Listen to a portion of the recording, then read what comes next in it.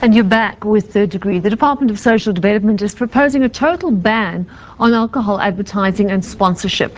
Let's take a look now at what exactly is being proposed and ask, will these things help?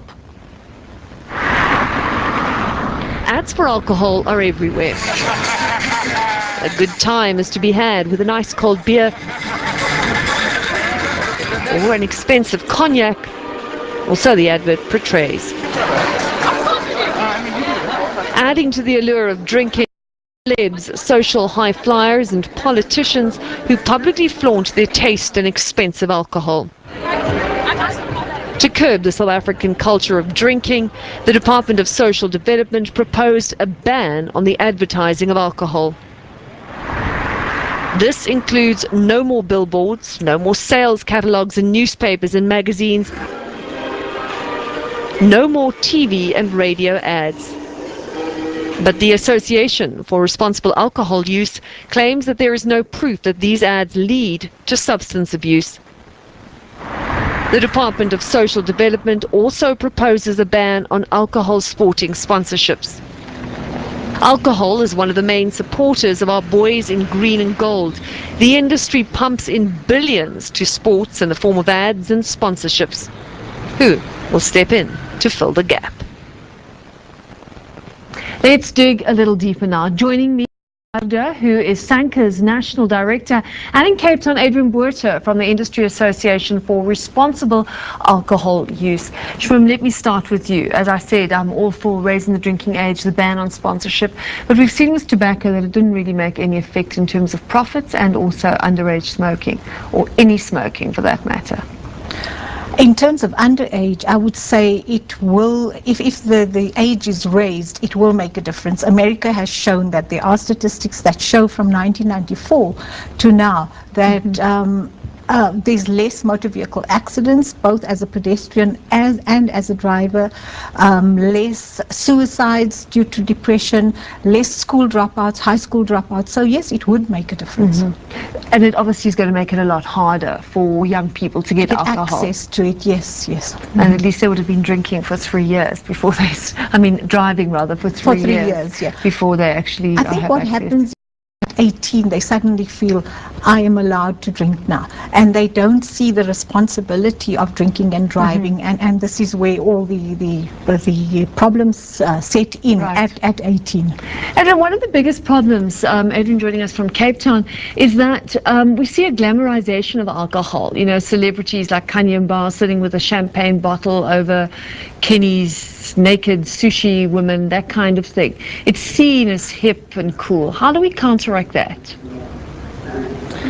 I think we first of all look at the underlying causes of alcohol abuse. We in the industry for the last 3 decades have been really working as hard as we can to try and combat it, because we do have a problem, make no mistake. So we have to try and look at this thing holistically.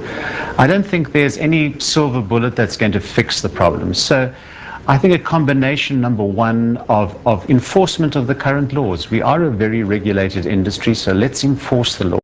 And I'm glad you mentioned that earlier, let's look at education, let's look at awareness creation, let's look at the role of parents. I know I hammer on about this, but I think it's critically important that parents not only talk to their kids about alcohol, but set an example. I think it's not, you can't just say to them you can't drink and then you go and have 6 beers at a braai. You've got to actually set the example too. So I would rather look at that whole thing a lot more holistically. But yes, we are concerned about the problem, and we want to work with government and any of the NGOs like SANCA to try and combat it. I mean, the statistics are devastating. 50% of all road accidents are alcohol related, which is a very scary thought. In fact, 50% of all deaths on the road are alcohol related. What about the link between sponsorship and alcohol? I mean, it's not really cool to have sportsmen and women associated with alcohol, is it? I mean, they can hardly be drinking and maintain their fine physiques and perform well on the field. Right. Well, I think first of all, I want us to take one step back, if you don't mind my saying it. There's no definitive proof of a causal link between alcohol advertising, sponsorships, and alcohol abuse. Yes, there are sportsmen used, but they're are healthy, they live good lives. Some don't, unfortunately, and that's the role models we've got to deal with. You've mentioned some role models in the beginning of the interview, and I think it's critically important that we all take responsibility and we look at those particular role models and we hopefully can get them to set the correct example. I mean, whether or not, they promote underage and abusive drinking, the adverts, I mean, they're sending the wrong message, aren't they? Yeah, I disagree with Adrian, because the glamorization, the prestige of the adverts especially do send conflicting messages to the youngsters, especially in all of these sportsmen. So I would say, and I think it's been proven that advertising is there for that, to sell a product. And the whole idea is I need to buy to be like that. So that, especially at 17, 18, is very enticing for anybody. Adrian, I mean, you've heard what Shamim is saying there. In terms of your organization, I mean, what are other than parental control, which I agree is very, very critical, what is your organization actually doing to counter-effect alcohol abuse?